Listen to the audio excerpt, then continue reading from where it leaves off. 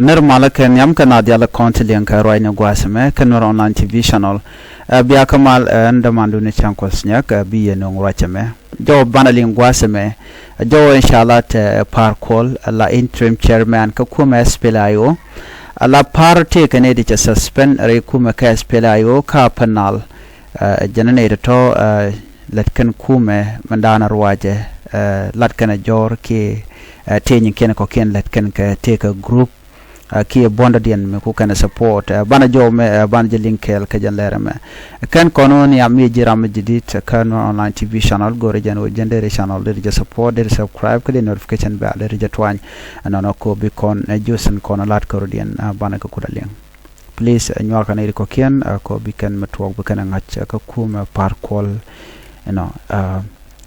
Kenyan Parkwal Jen Rame Chakwany la interim chairman ka gwa Dr. Riek Machar mentama jen gwa dana teten Chakwany lo jala kuerone marwaj ka kwi Dr. Riek Machar antama alatin yala lede jen lede ka kwi Dr. Riek Machar chana jo dana chalat gwa same chan jen linkel gwan mi chala do par suspend SPLM IO deputy chairperson in Apanal citing subversion wache kwarte ka kuäär mi cha kapchong kuäär mo kuäär rawda ka panal cha kapchong ka kuäär dana tetin wuden cha wuch shwale Yosef Mayek Ajang cha kapchong and kuäär cha kapchong par kol janeo take bon mchunga jakel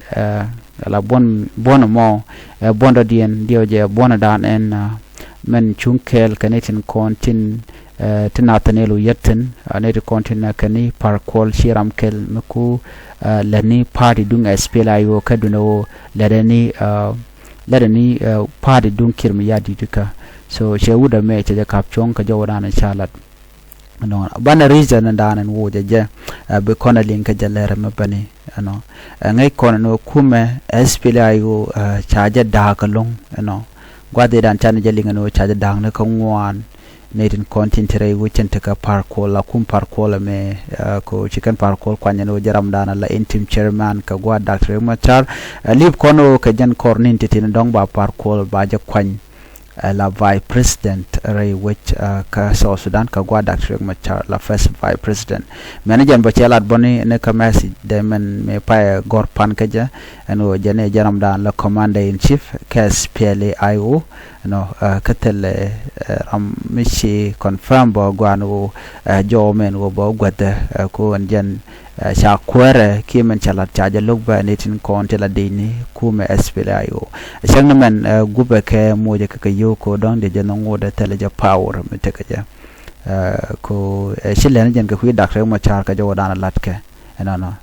in a desperate move to consolidate its authority as the interim chairman of the Sudan People Liberation Movement in opposition, SPLM IO Stephen Parkour has suspended Yosef Mayek Ajang from his role as the party state deputy chairperson and state minister of gender, child and social welfare in Apanal state. Wude shawu jane Parkour ramkel milakuer ka kuäär nyam ka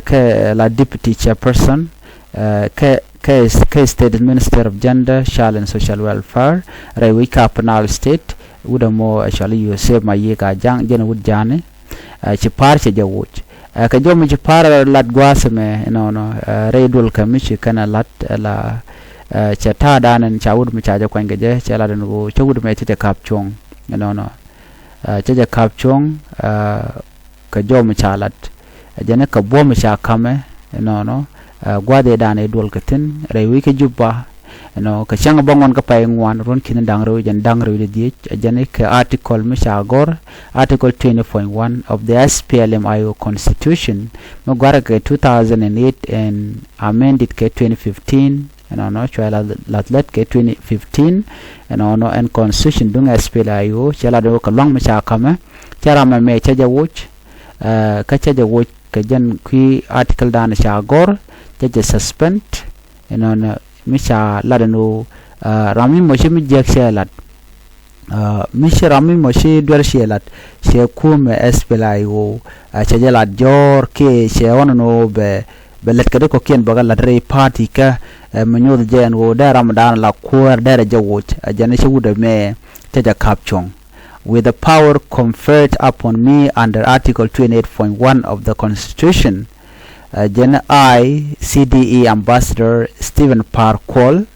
the interim chairman and commander-in-chief of the SPLM IO, hereby suspend CDE Joseph Mayeka Ajang from his position as the SPLM IO State Deputy Chairperson and State Minister of Gender, Child and Social Welfare on the SPLM IO ticket in the revitalized Transitional Government of Upper Nile State 2018.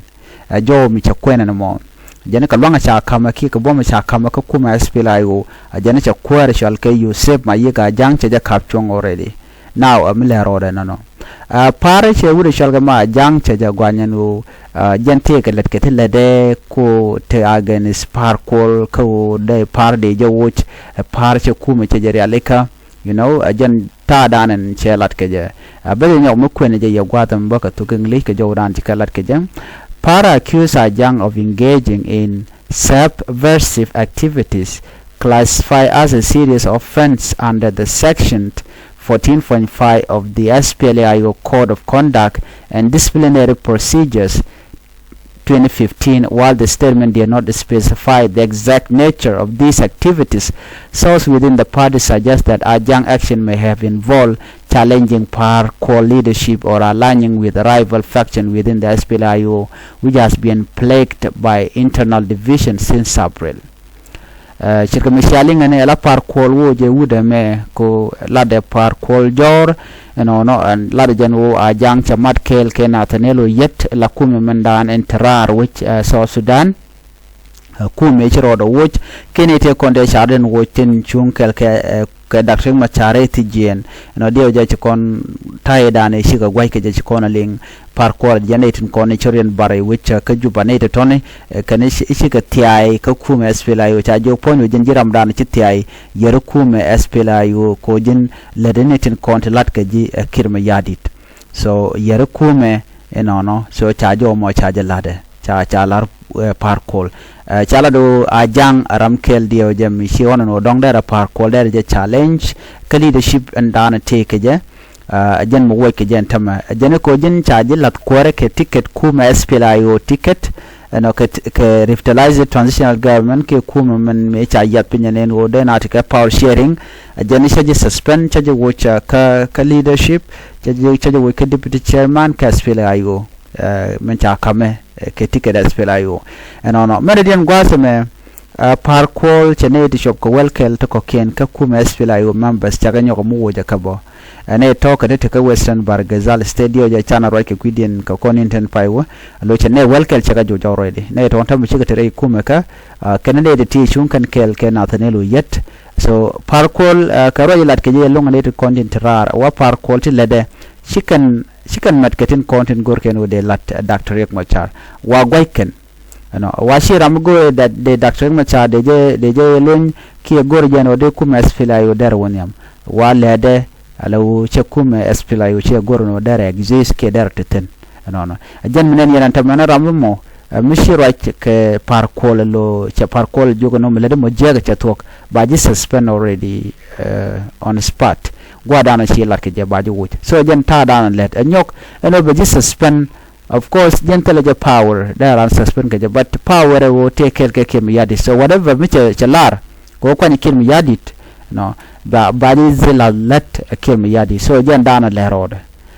jo me janana gode nyoya kel ci kuol ci kuäär rode ka panal ka kuma SPLM IO ping Dr. Riek Machar ja jawuch ka bomi jan sha kame constitution eda ne sha gor ka kui party ka dun kuma SPLM IO mugar ka 2008 ka sha jola let ke 2015 jan jo dana gode nyoya kel ngode Dr. Riek Machar ngode lo yena kan jode kaneling banar winding kono to go kon keling ko kwasen be en bi ataka mal chuje pero jeno jen bi channel bi support keep subscribe ka bi janwak bugne ko ken bi atemal bye bye.